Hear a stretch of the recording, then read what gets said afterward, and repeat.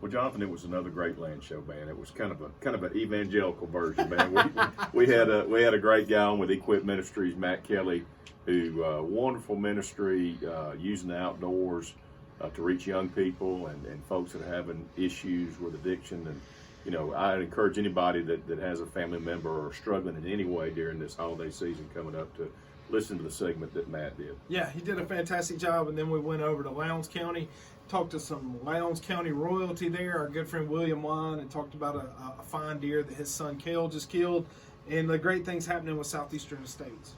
Yeah, and then we had our buddy over here. We couldn't get him on camera, but we want to thank First South Farm Credit, one of our great sponsors, Taylor Hart.